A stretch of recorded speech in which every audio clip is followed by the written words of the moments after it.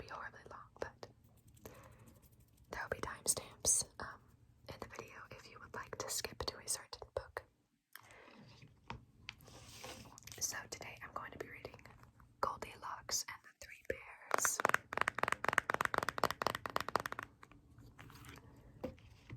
The Sleeping Beauty. Sleeping Beauty.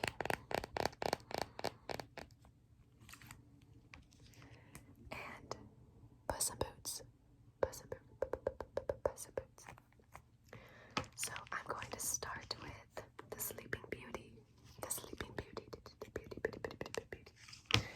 And I'm just going to get right into it.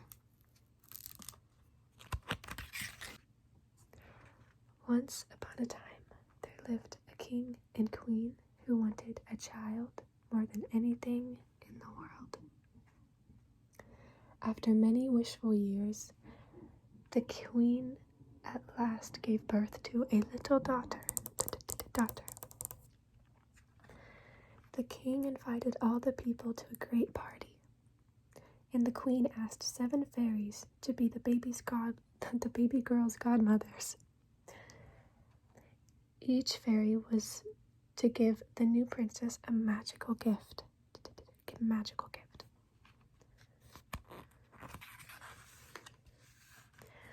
But there was another fairy, a very old fairy, whom the queen had forgotten to invite. This fairy appeared at the party. She was angry at having been forgotten.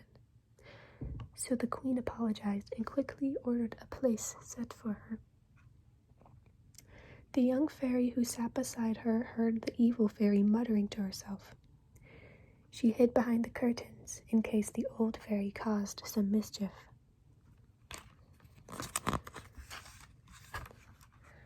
The time came for the godmothers to give their gifts. The first fairy gave the baby beauty. The second gave her the gift of goodness. 4 more fairies followed with more wonderful gifts.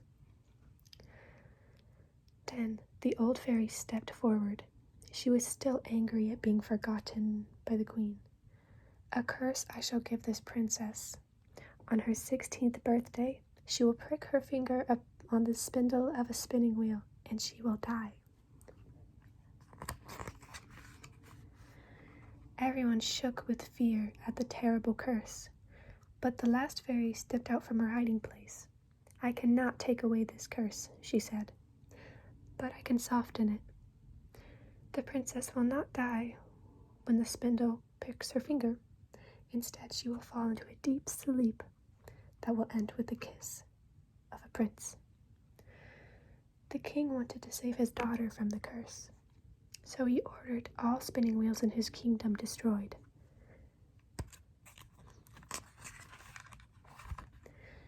Years later, on her 16th birthday, the princess was exploring the castle. At the top of the tallest tower, she came upon a little room where an old woman sat spinning thread. The princess, who had never seen anyone spin before, asked the woman if she could try. But as soon as she started to spin, she pricked her finger on the spinning and fell into a deep sleep.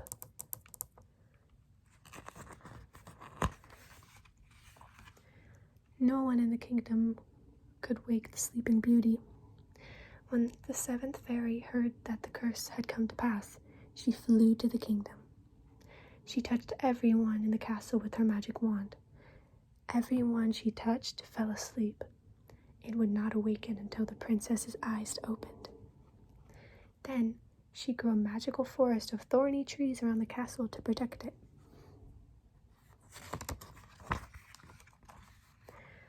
Many, many years passed. People forgot the castle hidden in the woods. One day, a prince noticed a tower above the trees. He asked many people about the strange castle until he learned the story of the Sleeping Beauty.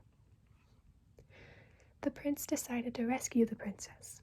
He was ready to cut his way through the thorny forest, but the trees parted magically to make a path for him. The prince bravely entered the castle's open door. Everywhere he looked, he saw people sleeping soundly. The prince searched through the castle until he found the princess. At the sight of her, he leaned down and kissed her on the cheek. The princess opened her eyes, seeing the young man. The princess smiled and asked, "Is it you, my prince?" The prince told her that he had come to save her. The two spoke for a long time, though they were so excited and happy that their words made little sense. They were interrupted by a great cheer. The whole castle was now awake. The king called for a great celebration. The princess and her prince were married, and their life together was even happier than they had dreamed possible. The end of our first story.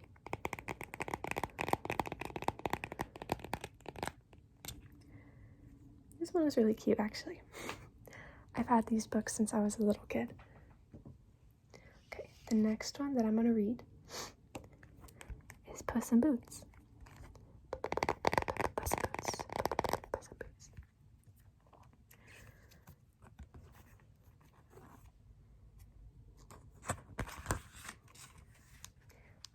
There once was a poor man with 3 sons.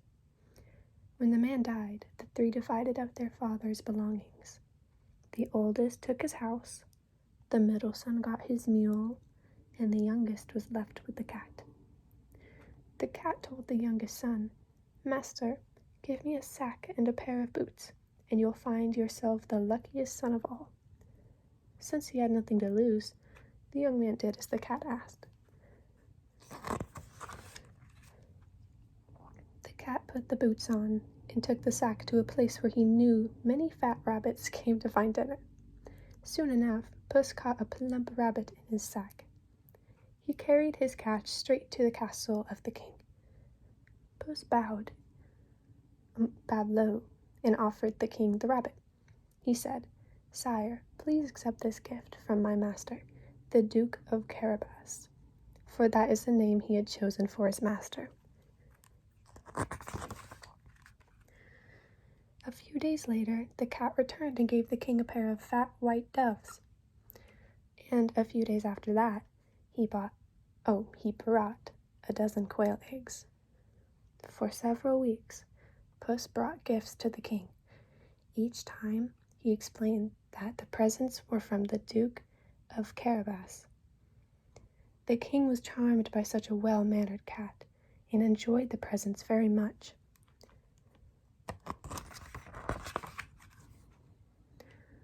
One day, after visiting the king, Puss came to his master and told him to take off his shirt and breeches and stand in the river near the bridge at noon. His master did as he was asked. Soon, the king's carriage crossed the bridge, and Puss cried out, "Help! My master, the Duke of Carabas, is drowning!" The king knew the cat in the name of the Duke. He ordered his guards to save the man. Puss told the king that his master's clothes had been stolen, so the king sent for an extra suit of his own clothes. The Duke looked quite handsome in the fine clothes. The king's daughter, who was riding in the carriage, told him so. The king invited the Duke to ride with them. The cat ran ahead of the royal coach, quite pleased with himself. As he ran ahead of the coach, Puss ordered every farmer and worker he met on the road, "You must tell the king that the land you work on belongs to Duke of Carabas. If you do not, the ogre who lives in that far castle will chop you up into tiny pieces for stew." When the king stopped to ask whose land he crossed, he heard, "The Duke of Carabas," no matter how far he went. "You certainly have a lot of land," the king said to the Duke. The princess smiled at him, and the new Duke smiled back, thinking how beautiful the princess was. At last, Puss came to the great castle, which really did belong to an ogre, and so did all the lands they had passed through. Puss knew all about the ogre. He went into the castle and asked to see him.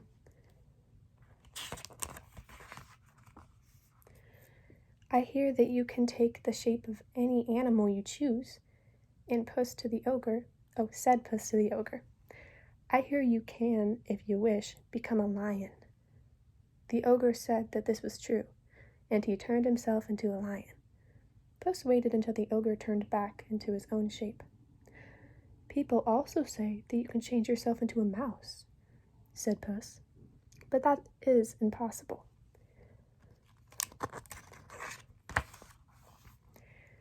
The ogre changed himself into a mouse right then and there. Well, Puss gobbled him up in one bite. Just then, the king's carriage arrived. Puss ran to meet it, saying, "Welcome to Carib's castle." At the cat's orders, the ogre's servants gave the guests a wonderful meal. It was decided that the princess and the Duke of Carabas should marry. As for Puss, he never had to hunt for mice again, except sometimes for fun. And that's the end of Puss in Boots. Puss in Boots. Puss in Boots.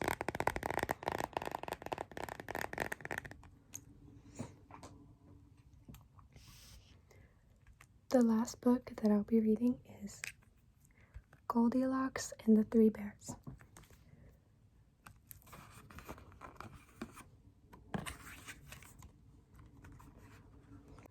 There once was a family of 3 bears, a great big papa bear, a middle-sized mama bear, and a wee little baby bear.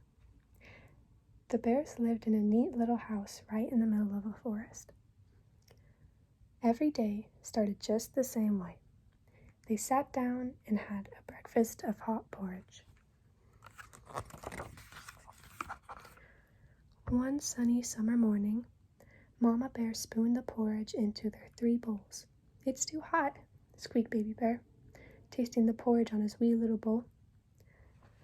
"Ouch, we need to let it cool off," growled Papa Bear after he tried the porridge in his big bowl. So the 3 bears decided to go for a walk while their hot breakfast cooled. Meanwhile, a little girl named Goldilocks was out walking in the woods that day, all by herself. She was feeling rather hungry, though she had eaten her own breakfast earlier. When she saw the bear's house, she thought it was just the place to find a bite to eat. She marched right up to the door and knocked, but there was no answer. So Goldilocks just let herself in. Goldilocks saw the 3 bowls of porridge and decided that she simply must have some. First, she took a taste from the great big bowl. "Ooh, this is too hot," she cried. Next, she tried the middle-sized bowl. "This one's too cold," she said. Then she had a taste from the wee little bowl. "This is just right," she said, and she gobbled it all up. After she had eaten, Goldilocks wanted to rest. She saw 3 chairs and sat down first in the great big chair. "This is too hard," she said. Next, she tried the middle-sized chair. "This is too soft," said Goldilocks, struggling to get out.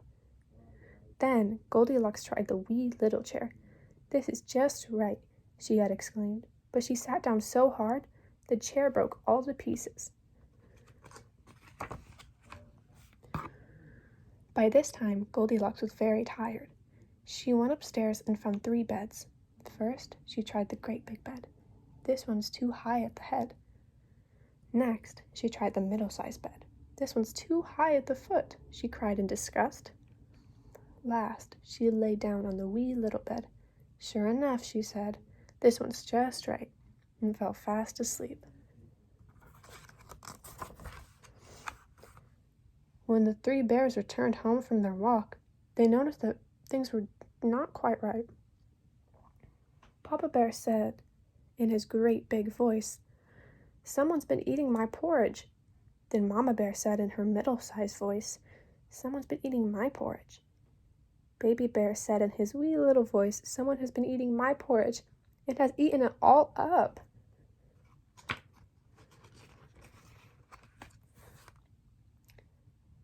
When he saw his big, hard chair, Papa said in a great big voice, Someone's been sitting in my chair.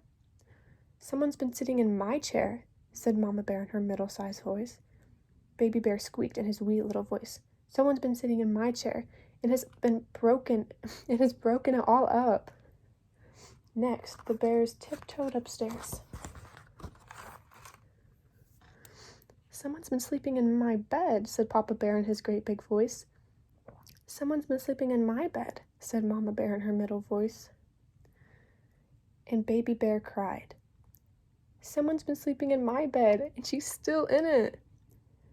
At this, Goldilocks awoke, jumped out the window, and ran off as fast as she could. And the three bears never saw Goldilocks again. The end. Ooh. So these are very old books. I hope you enjoyed me reading these three little books. And I hope if you're trying to sleep, you can sleep very well tonight. And I hope you have an amazing rest of your day. Bye.